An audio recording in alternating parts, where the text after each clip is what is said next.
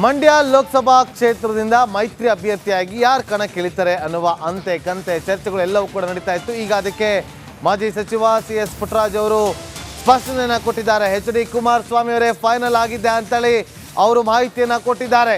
ಮಂಡ್ಯಕ್ಕೆ ಮೈತ್ರಿ ಅಭ್ಯರ್ಥಿ ಫೈನಲ್ ಆಗಿದ್ದು ಮಂಡ್ಯದಿಂದ ಎಚ್.ಡಿ. ಕುಮಾರಸ್ವಾಮಿ ಅವರು ಅಖಾಡಕ್ಕೆ ಧುಮುಕಲಿದ್ದಾರೆ. ಮೈತ್ರಿ ಅಭ್ಯರ್ಥಿಯಾಗಿ ದಳಪತಿ ಕಣಕ್ಕಿಳಿಯಲಿದ್ದು ಈಗ ಸ್ಟಾರ್ ಚಂದ್ರು ವರ್ಸಸ್ ಎಚ್.ಡಿ. ಕುಮಾರಸ್ವಾಮಿ ಮಂಡ್ಯ ಲೋಕ ಅಖಾಡದಲ್ಲಿ ರಣಕಣ ರಂಗೇರ್ತಾ ಇದೆ. ಮಾಜಿ ಸಂಸದ ಸಿ.ಎಸ್. ಪುಟ್ಟರಾಜು ಅವರು ಸ್ಪಷ್ಟನೆಯನ್ನು ಕೊಟ್ಟಿದ್ದಾರೆ. ಅವರೇನು ಹೇಳಿದ್ದಾರೆ ಕೇಳಿ. ನಾವೇ ನಿರ್ಣಯ ಮಾಡಿ ಬಲವಂತವಾಗಿ ಕುಮಾರಣ್ಣವ್ರನ್ನ ಒಪ್ಪಿಸಿದ್ದೀವಿ. ಕುಮಾರಣ್ಣವರು ಅಭ್ಯರ್ಥಿಗಳಾಗ್ತಾರೆ. ಅತ್ಯಂತ ಪ್ರಚಂಡ ಬಹುಮತದಲ್ಲಿ ಗೆಲ್ಲಿಸುವಂಥ NDA ಅಭ್ಯರ್ಥಿ JDS ಮತ್ತು BJP ಪಕ್ಷದ ಎಲ್ಲ ಮುಖಂಡರುಗಳು ಸೇರಿ ಇವತ್ತು ನರೇಂದ್ರ ಮೋದಿಜಿಯವರ ದೇವೇಗೌಡರ ಕೈ ಬಲಪಡಿಸುವಂಥ ಕೆಲಸವನ್ನು ಒಂದು ಹೊಸ ನಾಂದಿಯನ್ನು ಮಂಡ್ಯ ಕ್ಷೇತ್ರದಲ್ಲಿ ನಮ್ಮ ಜನ ತೋರಿಸ್ಕೊಡ್ತಾರೆ ಅಂತಕ್ಕಂಥ ಮಾತನ್ನು ಹೇಳಿದ್ದಾರೆ. ನಾವೇ ನಿರ್ಣಯ ಮಾಡಿ ಬಲವಂತವಾಗಿ ಕುಮಾರಣ್ಣವ್ರನ್ನ ಒಪ್ಪಿಸಿದ್ದೀವಿ.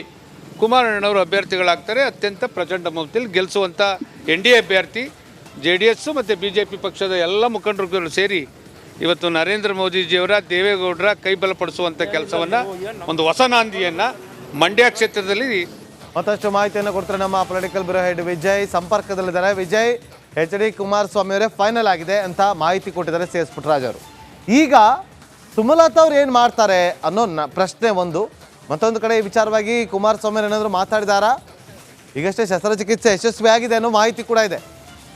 ನಾಗೇಂದ್ರ ಬಾಬು, ಮಂಡ್ಯಗೆ ಲೋಕಸಭಾ ಕ್ಷೇತ್ರಕ್ಕೆ ಎಚ್.ಡಿ. ಕುಮಾರಸ್ವಾಮಿ ಅವರ ಅಭ್ಯರ್ಥಿ ಈಗ ಪಕ್ಕ ಆಗಿರುವಂತದ್ದು. ಅಂದ್ರೆ ಇಷ್ಟು ದಿನ ಯಾರು ನಿಲ್ಲಿಸ್ತಾರೆ ಅನ್ನೋ ಸಂಬಂಧಪಟ್ಟಂತೆ ಅಂತೆ ಕಂತೆ ಇತ್ತು.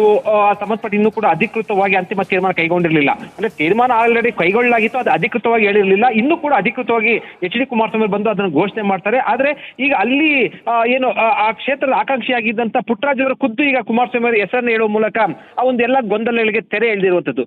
ಈಗ ಇರುವಂತಹ ಪ್ರಶ್ನೆ, ಕುಮಾರಸ್ವಾಮಿ ಅಖಾಡಕ್ಕೆ ಧುಮುಕುವಂತ ನಿರ್ಧಾರ ಹಿನ್ನೆಲೆಯಲ್ಲಿ ಈಗ ಮಂಡ್ಯ ಕಣ ಒಂದಷ್ಟು ಬೇರೆ ರೀತಿಯ ಚಿತ್ರಣ ಬದಲಾಗುವಂತ ಸಾಧ್ಯತೆ ಇರುವಂತದ್ದು. ಜೊತೆಗೆ ಸುಮಲತಾ ನಡೆ ಸಾಕಷ್ಟು ಕುತೂಹಲ ಇರುವಂತದ್ದು. ಈಗಾಗಲೇ ಕೂಡ ನಿನ್ನೆ ಸುಮಲತಾ ಅವರು ಒಂದು ಸೂಚ್ಯವಾಗಿ ಹೇಳಿರುವಂತದ್ದು ಮೈತ್ರಿ. ಸಂಪರ್ಕ ಕಡಿತ ಆಗಿದೆ. ಥ್ಯಾಂಕ್ ಯು ವಿಜಯ್, ನಿಮ್ಮೆಲ್ಲ ಮಾಹಿತಿಗಾಗಿ. ಭಾರಿ ಕುತೂಹಲ ಮೂಡಿಸಿರುವಂತಹ ಮಂಡ್ಯ ರಣಕಣ. ಸುಮಲತಾ ಅಂಬರೀಶ್ ಅವರ ನಡೆ ಬಗ್ಗೆ ಸಾಕಷ್ಟು ಕುತೂಹಲ ಕೆರಳಿಸ್ತಾ ಇದೆ. BJPಗೆ ಬಿಟ್ಕೊಡ್ಬೇಕು, BJPಯಿಂದನೇ ಟಿಕೆಟ್ ಬರಬೇಕು, ನಾನೇ 100% ಸ್ಪರ್ಧೆ ಮಾಡ್ತೀನಿ ಅಂತ ಹೇಳ್ಕೊಂಡು ಬಂದಿದ್ರು. ಆದರೆ ಈಗ ಏನು ಮಾಡ್ತಾರೆ? ಎಚ್.ಡಿ. ಕುಮಾರಸ್ವಾಮಿ ಅವರು ಕಣಕ್ಕೆ ಇಳಿಯೋದಕ್ಕೆ ಬಹುತೇಕ ಕನ್ಫರ್ಮ್ ಆಗಿದೆ.